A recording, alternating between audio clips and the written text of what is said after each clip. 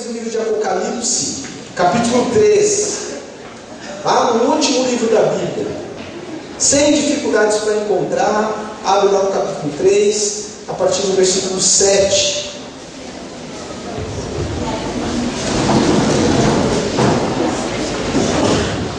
Livro do Apocalipse, capítulo 3, versículo 7. O apóstolo João, ele já velhinho, já com seus 90 anos, estava preso numa ilha chamada Patmos, perseguido pelo imperador romano. Ele foi aprisionado lá naquela ilha, e foi lá que ele teve a visão do Apocalipse. E ele começa com algumas recomendações, alguns elogios do próprio Jesus a algumas igrejas localizadas ali na região da Ásia.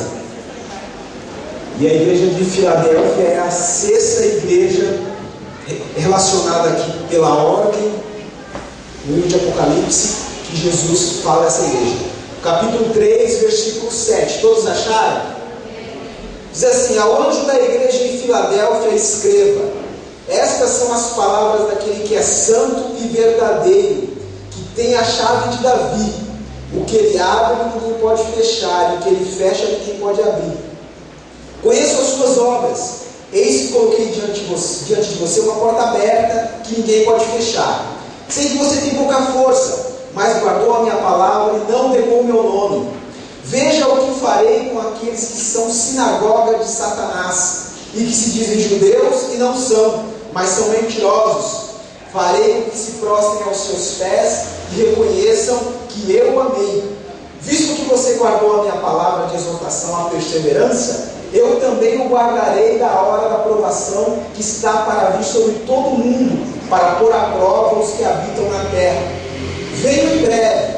Retenha o que você tem, para que ninguém tome a sua coroa. Farei do vencedor uma coluna no santuário do meu Deus, e dali ele jamais sairá.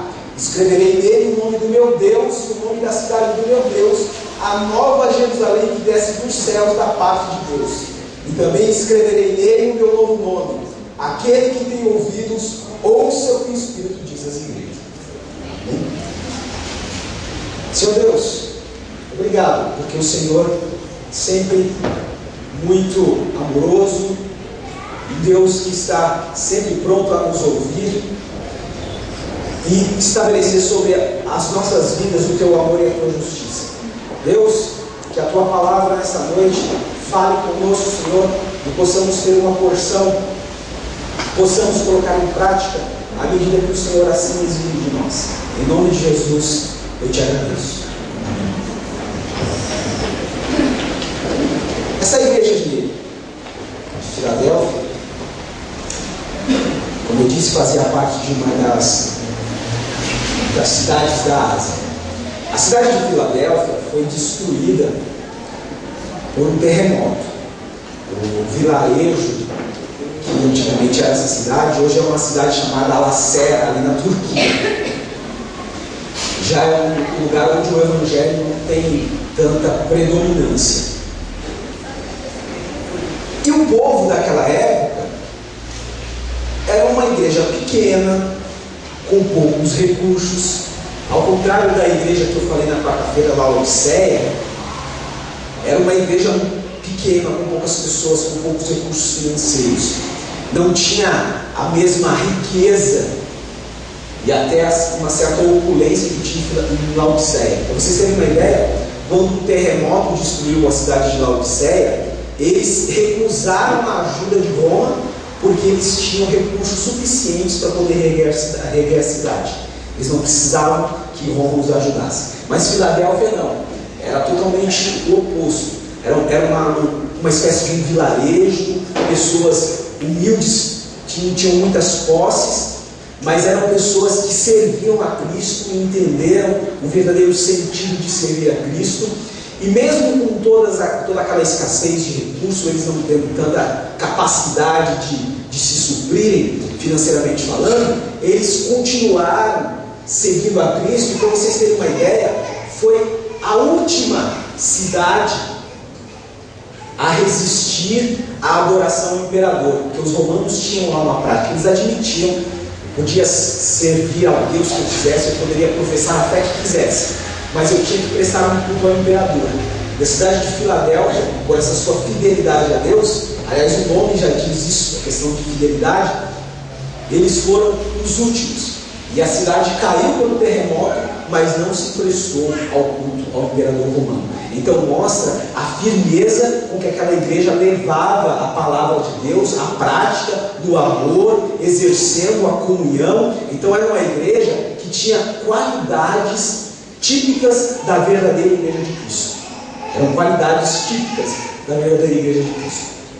E hoje, baseando-me nesse texto da igreja de Filadélfia, eu quero falar um pouco sobre a CBP. A CBP, esse mês de janeiro, comemora 17 anos, ainda é adolescente ainda, com aquilo que é típico da fase da adolescência, uma certa imaturidade, às vezes é muito afoito em fazer algumas coisas, e às vezes tem que alguém segurar a rédea, às vezes o povo está muito animado, às vezes nem tanto, porque é típico dessa coisa de uma igreja que está adolescente. E essa igreja começou como Filadélfia lá, em termos de recursos financeiros. Eu estou aqui, vai fazer 10 anos agora no final desse ano, mas há 17 anos atrás, a irmã Célia, a irmã Elias e mais uma meia dúzia de pessoas começaram a desenvolver um trabalho aqui que resultou no trabalho que nós temos hoje. Mas começou ali, com escassez de recursos, com poucas pessoas, e a igreja cresceu e graças a Deus tem sido abençoada cada vez mais, porque tem se disposto a servir a Deus de uma maneira, ou pelo menos tentando seguir os princípios bíblicos. Está certo que eles são perfeitos para nós, por isso que são princípios divinos, mas nós temos esses princípios como modelo, para podermos seguirmos e alcançarmos cada vez mais.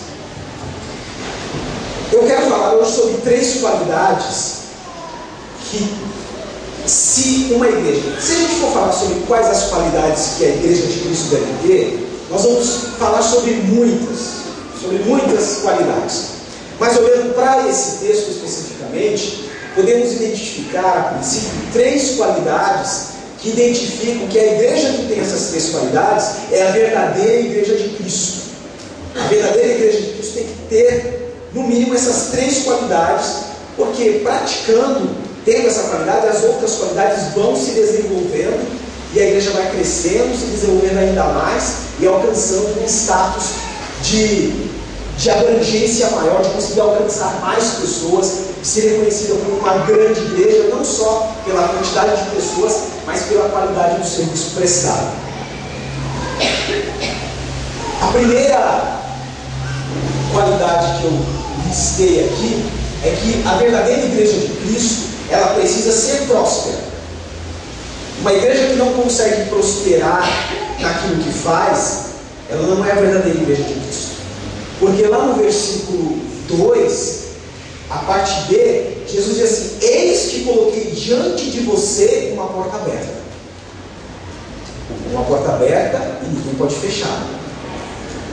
Quando nós olhamos para essa fala de Jesus dizendo que coloquei diante de vocês uma porta aberta, a ideia que nós vamos ter, e a ideia que a Bíblia traz de uma maneira mais interessante e aplicável, é que é a porta do reino dos céus.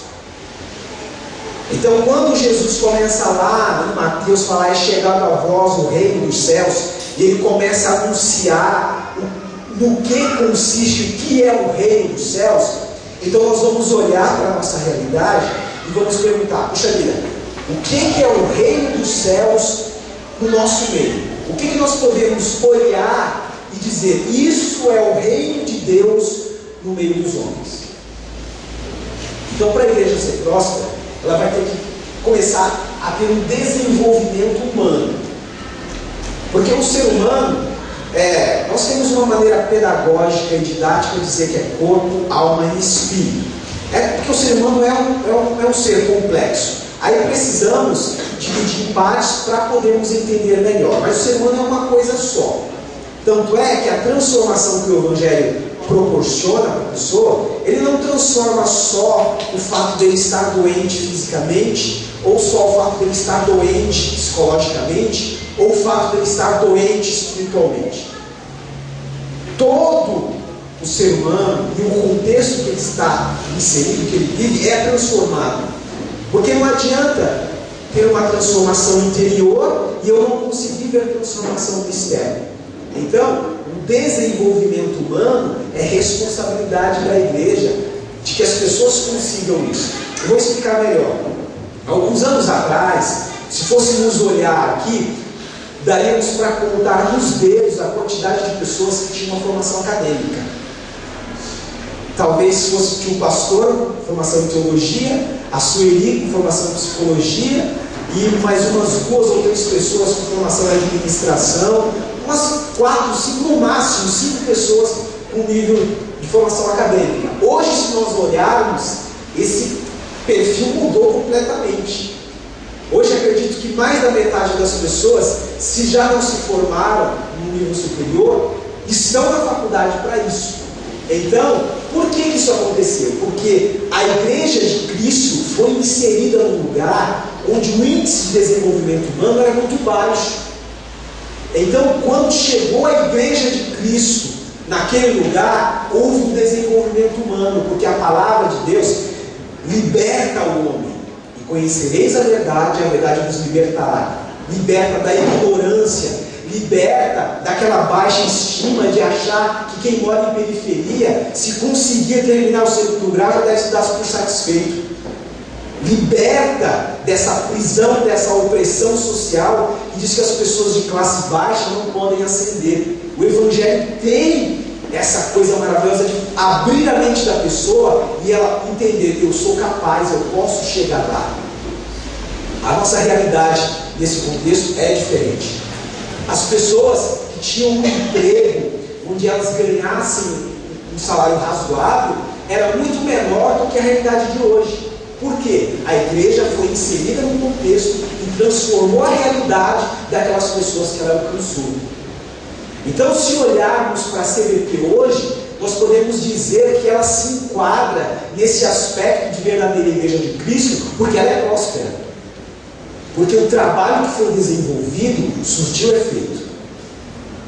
Se nós formos olhar para as dificuldades, muitas coisas não deram certo, muitas coisas não aconteceram da maneira que esperávamos, mas há um saldo positivo. Pessoas estão testemunhando, pessoas estão usufruindo do fato da igreja ter chegado naquele local e elas terem tido acesso à palavra de Deus, e a palavra de Deus fez com que essas pessoas mudassem a maneira de olhar para si mesmas e para a realidade ao seu redor, e essa realidade foi transformada. Essas pessoas podem dizer: a minha vida teve transformação, muitos aspectos da minha vida mudaram, porque houve pessoas que pregaram o Evangelho para mim, e isso fez diferença na minha vida. Todos nós, direto e indiretamente, fomos impactados pelo fato de Deus ter instituído a CBP aqui neste lugar. Somos testemunhas vivas disso. Os nossos valores e princípios bíblicos mudaram. Nós temos uma concepção bíblica. Nós vamos olhar, não é o Marcelo vem e prega, o Ailton vem e prega, mas as pessoas vão lá olhar e até fazer um confronto sadio. Se eles não concordarem com alguma coisa, puxa, a interpretação que eu fiz não está de acordo. Então explica a partir de que princípio você chegou a essa conclusão. Então as pessoas questionam mais. Paulo elogiava a igreja de Bereia, porque enquanto ele estava lá desenrolando o rolo de Isaías e pregando, eles estavam com outro rolo, conferindo se o que Paulo estava dizendo era o que estava escrito mesmo, se não havia contradição. Ao contrário, outros irmãos já amém, eles nem conferiam se o que estava sendo dito era realmente palavra de Deus. E nós temos essa realidade hoje, que as pessoas olham para a Bíblia e elas confrontam quando alguma coisa não é coerente com a palavra. Isso é porque a a igreja do Senhor foi inserida no meio em que as pessoas se desenvolveram, não só profissionalmente, não só emocionalmente, não só espiritualmente, mas na sua capacidade de entender, de interpretar e poder dizer: isso é bom, isso é ruim. A qualidade de vida na CBP, em relação aos anos passados, mudou e mudou para melhor. Porque o reino de Deus foi estabelecido nessa comunidade, aqui no Marcos Freire. O reino de Deus chegou a essas pessoas e essas pessoas puderam ter acesso. Muitas pessoas passaram pela CBP e não estão mais, mas o Evangelho foi pregado a elas. Elas tiveram necessidades que foram supridas quando elas precisavam. Então, o reino de Deus chegou para essas pessoas. E mesmo que hoje elas não vivam essa realidade, elas não estão inocentes, e a igreja como instituição não tem responsabilidade sobre essas pessoas, porque elas tiveram acesso e só não continuaram por conta das contingências que elas mesmas criaram e por outras razões também que não cabe a nós discutir, mas que não estão aqui hoje, ou estão em outras comunidades usufruindo da bênção de Deus. Porque o reino de Deus não é só a CBP. A CBP é apenas uma agência do reino de Deus que está ali para poder abençoar e ser instrumento nas mãos de Deus.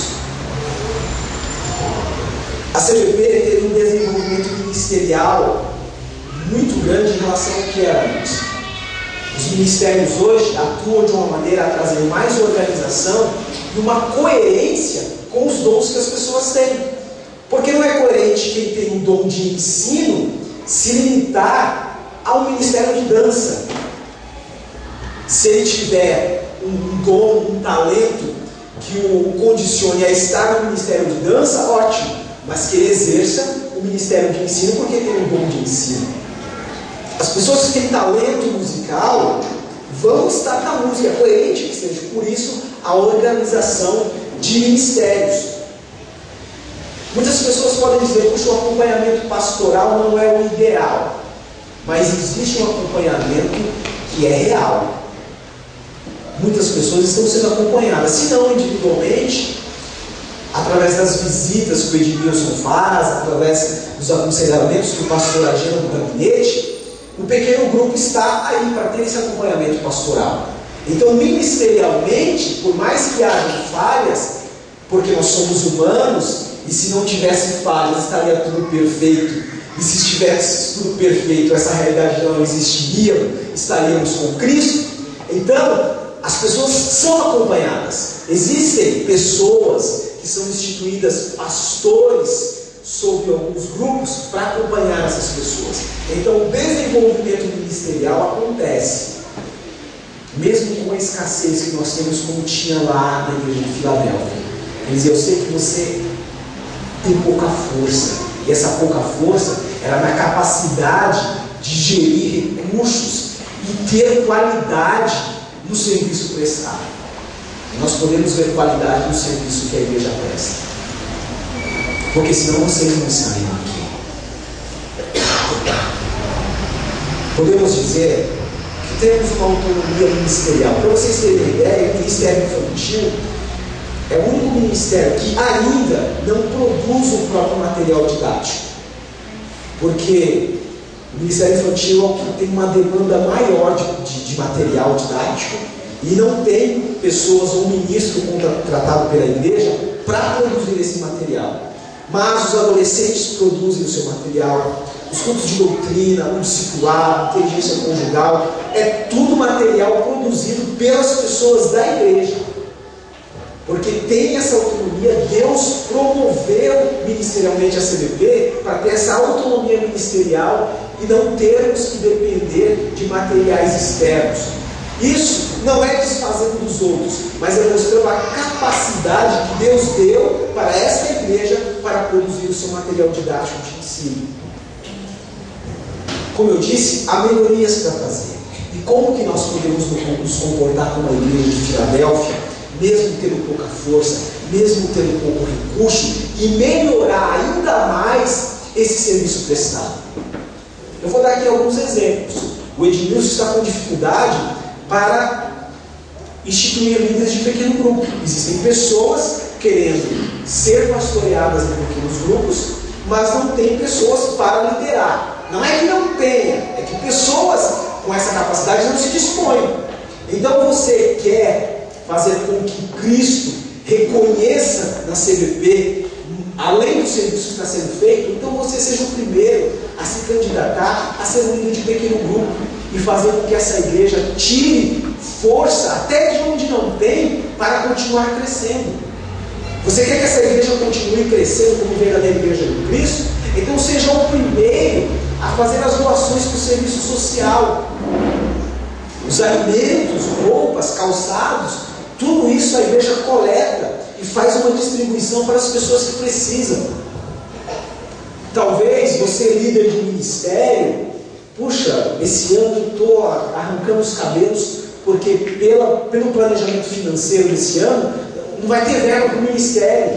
Então seja você o primeiro a contribuir para que a igreja tenha recursos, porque quem faz o investimento nos ministérios não é o Ministério de Finanças, e sim as pessoas da igreja. O Ministério de Finanças apenas vai gerir esses recursos, fazer uma distribuição. Agora seja você o primeiro a contribuir, além de dízimo, de oferta, participe das campanhas, para que a igreja possa ter um desenvolvimento humano ainda melhor e um desenvolvimento ministerial ainda melhor. Porque a verdadeira igreja de Cristo, ela se compromete com a causa, abraça a visão, e mesmo que tenha dificuldades, vai adiante. Segunda razão, segunda qualidade que a verdadeira igreja de Cristo precisa ter, ela precisa ser didática. O versículo 8 diz assim: sei que você tem pouca força, mas guardou a minha palavra e não negou meu nome.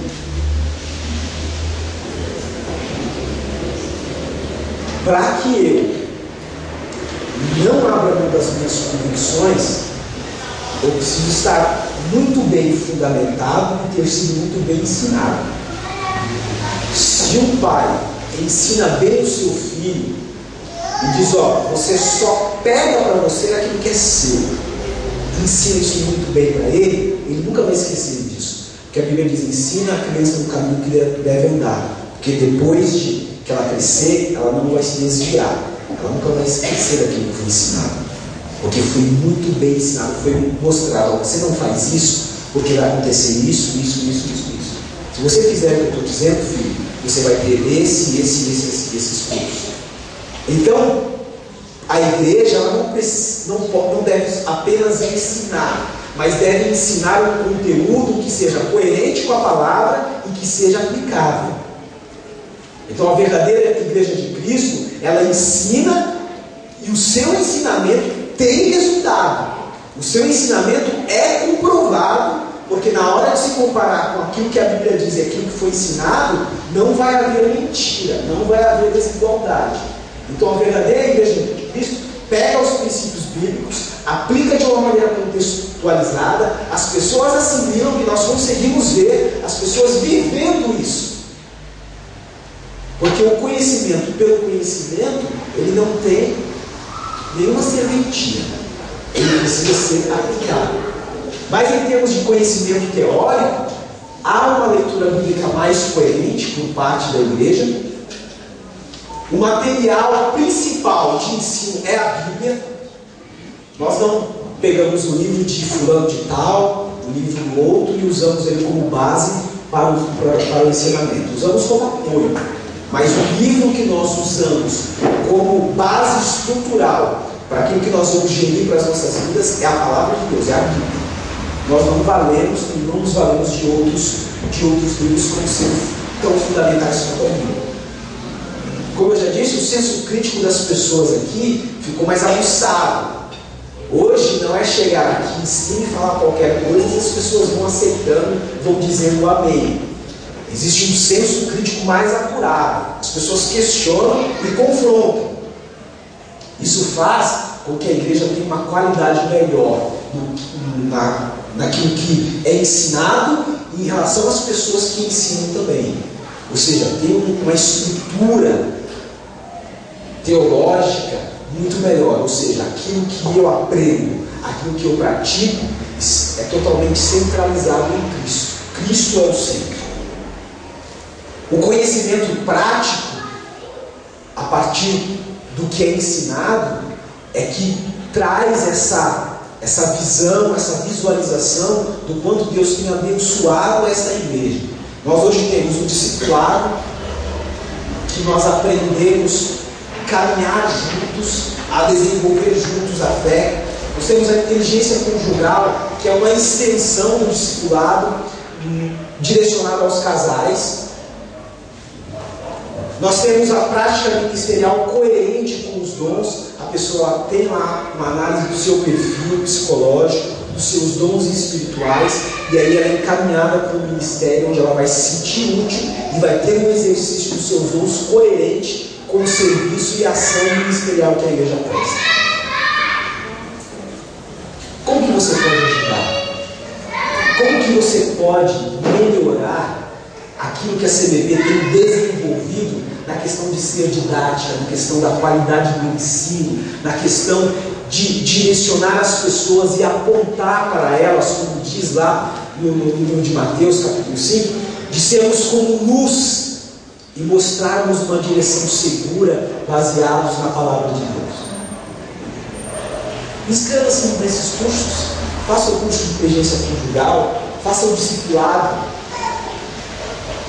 e você estará apto a ensinar aquilo que você aprendeu, estará apto a produzir novos discípulos para Cristo.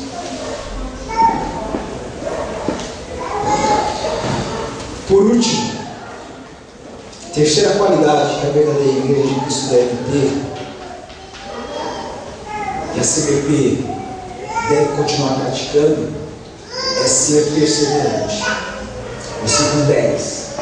Visto que você guardou a minha palavra de exortação à perseverança, eu também o guardarei da hora da provação que está para vir sobre todo mundo, para pôr à prova os que habitam na terra. A terceira qualidade que a verdadeira igreja de Cristo tem, precisa ter, é ser perseverante. Porque olha só, vai acontecer muita coisa. Vão acontecer uma série de conflitos, uma série de situações para fazer com que aquela pouca força que já tem seja perdida e aí se instale um caos total. Não sabe quem pastoreia, não sabe quem é líder do quê, não sabe o que eu faço hoje, o que eu faço no próximo domingo. É isso que acontece quando uma igreja não é perseverante. E se ela não é perseverante, ela não é a verdadeira igreja de Cristo. A CBP passou por uma série de contingências administrativas, desde a compra do terreno e daquele momento em que teve que levantar valores altos em pouco tempo. Já começou a perseverar aí, que as pessoas, mesmo sendo poucas, financeiramente os valores muito reduzidos, elas conseguiram encontrar força, na pouca força que tinham, para poder vencer e prosperar no terreno, ser pago e os primeiros alicerces serem feitos. Depois vieram as contingências para as reformas, que em pouco tempo também levantou-se recursos. Uma das reformas que a CBP fez, eu já estava aqui, e até hoje, racionalmente, nós não conseguimos explicar como que nós conseguimos recursos financeiros para promover aquela reforma. Nós só podemos atribuir isso ao fato de Deus ter nos abençoado grandemente e o recurso ter aparecido. Só depois que a reforma foi feita, que foi calculado tudo que foi gasto, puxa vida, mas até começarmos a reforma não tínhamos nem metade desse valor. E Deus honrou, porque foi perseverante. A CBP teve contingências ministeriais. Pessoas entraram e saíram. Muitas entraram, cumpriram com o seu papel, a missão que elas tinham e foram embora na paz. Outras chegaram, fizeram um bom trabalho, mas depois tumultuaram e deixaram uma lacuna ser preenchida. Muitas igrejas, quando acontecem essas coisas, elas simplesmente deixam de estar naquele lugar. Se eu não me engano, a CBP teve 2 rachas. Pessoas que se levantaram, que não concordavam com o rumo que estava tomando, e aí pessoas saíram, foram para outro lugar. Mas a igreja continuou. Deus levantou outras pessoas, porque ninguém substituiu na obra de Deus. Outras pessoas se levantaram. E eu tenho fé em Deus que muitas dessas pessoas que saíram ainda vão voltar e vão somar com aqueles que chegaram depois deles. Porque de uma coisa vocês podem ter certeza: Deus é soberano. As coisas acontecem mediante a vontade dele. Então aquilo que não foi cumprido aqui ainda na vida de cada um de vocês ou vão para a glória, ou vão mudar para outro estado, para outra cidade, só quando Deus achar que vocês terminaram a missão de vocês aqui. E aqueles que saíram e não terminaram a missão vão voltar para poder terminar aquilo que Deus quer que faça aqui. Porque a verdadeira igreja de Cristo, ela passa por muitas dificuldades, mas Deus não deixa de honrar. Porque Ele diz para a igreja de Filadélfia: eu sei que você tem pouca força, mas você guardou a minha palavra e não negou o meu nome. Continuou fazendo, mesmo quando muitos diziam que não dava para fazer. O que dizer então das contingências pessoais? Fazendo o curso de casais, terminou em dezembro, e participando um pouco da questão pastoral, de acompanhar algumas pessoas, 2012 foi o ano recorde de conflitos conjugais. Eu acho que na CBP, não tenho certeza, desses 17 anos, nenhum ano foi tão conturbado para os casais como 2012. Nenhum ano foi tão conturbado. Talvez você não saiba as pessoas que tiveram problemas, mas eu posso garantir para você que mais da metade dessas pessoas que passaram por esse tipo de contingência, elas continuam na CBP, continuam glorificando a Deus, continuam firmes e não deixaram esse tipo de problema, de conflito, mesmo que tenha chegado às últimas consequências, impedisse que elas continuassem batalhando, lutando, perseverando, declarando que apesar de tudo, de todos os problemas, elas não deixariam de continuar servindo a Deus e honrar a Deus com seus dons e com seus talentos. A verdadeira igreja de Cristo, ela persevera em meio ao pior caos possível. Abacuque estava orando a Deus e dizendo o seguinte: Deus, olha só a nossa realidade. Desolação, as pessoas estão morrendo de fome, estão doentes, estamos sendo dominados por um povo opressor. Até quando, Senhor, isso vai acontecer? Aí Deus disse para ele: você está achando que isso é conflito, é problema? Olha só o que está por vir. Vai piorar, vai ficar pior. Se você está achando que está difícil viver nesse contexto, vai vir uma desolação ainda maior. Geralmente, quando a pessoa olha para uma situação difícil e alguém diz para ela: vai piorar, a tendência é entregar aos poucos. Mas foi isso que Abacuque falou. Fala: Deus, mesmo que a situação piore, mesmo assim, eu não vou deixar de me alegrar e de exultar no Deus da minha salvação, porque o justo viverá pela fé. A verdadeira igreja de Cristo persevera porque ela vive pela fé. Quantas pessoas perderam o emprego esse ano?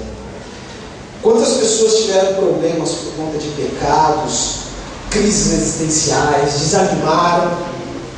Mas nenhum desses problemas foram suficientes para que essas pessoas deixassem de servir a Cristo. Caíram, mas se levantaram e mostraram que depender de Deus é a melhor coisa que alguém pode fazer. A igreja, de uma maneira geral, tem um legado que a igreja fez por este mundo e ainda está fazendo. Espero que daqui a 17 anos, 20 anos, o legado da CVP tem aumentado. Aquilo que a CVP fez por essa comunidade tem alcançado mais pessoas. Porque essa região do Marcos Coelho tem gente, tem muita gente ainda para ser alcançada, para serem alcançadas pela CVP. Mas já existe um legado. E o que é o legado da CVP? Eu sou o legado da CVP. A CVP cuidou de mim, a CVP investiu em mim. Você, em algum momento, a CVP te ajudou. A CVP, como instrumento do Senhor, agiu na sua vida. Você é esse legado. Porque Deus escolheu essa comunidade, escolheu um povo para estar aqui se reunindo como igreja. Então, se olharmos para nós aqui, podemos dizer que somos uma comunidade que se reúne como igreja de Cristo e procura, de uma maneira bíblica, seguir e desenvolver essas qualidades. E eu consigo olhar para a CVP como igreja e vê-la como uma igreja próspera, pelo que tem feito e pelo que tem projetado fazer. Eu olho para a CVP e vejo como uma igreja didática, pelas pessoas que aprenderam, que estão aprendendo e as que ainda vão aprender. Eu olho para a CVP e vejo-a como uma igreja próspera, por tudo que ela já passou, vem passando e vem se mantendo firme. Mas Jesus, para a igreja de Filadélfia, ele dá um alerta. Diz: ó, presta atenção, guarda o que você tem, para que ninguém tome a tua coroa. Então, para continuarmos nos desenvolvendo como igreja de Cristo, recebemos a recompensa que está lá no versículo 12, nós temos que guardar. Guardar o quê? Guardar para que não venhamos perder essas qualidades de ser próspera, de ser didática, uma igreja que ensina, e de ser perseverante, de não desanimar em meio às lutas. Olhando para 2012, muitos problemas, muitas coisas aconteceram que nos entristeceram, que nos fizeram chorar, que nos fizeram nos arrepender de atitudes que tomamos e não deveríamos tomar. Mas aquilo que passou, os pecados, as contingências, nos desviaram de Cristo, nos tiraram o desejo, a vontade, o ânimo de continuar trabalhando? Não, porque a perseverança é um dom que Deus nos dá. É um dom que Deus nos dá para podermos vencer todas as dificuldades que aparecerem na nossa frente. Então, CVP, que Deus continue nos abençoando e que possamos olhar para o passado e vermos que deixamos um legado. Esses dias eu estava conversando com o Edmilson e falando sobre a questão de lidar com pessoas. E nós chegamos a uma conclusão.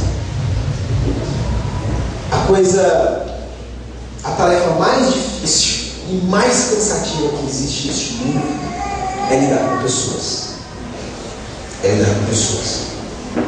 Mas também chegamos à conclusão que a tarefa mais fantástica e mais gratificante deste mundo é lidar com pessoas.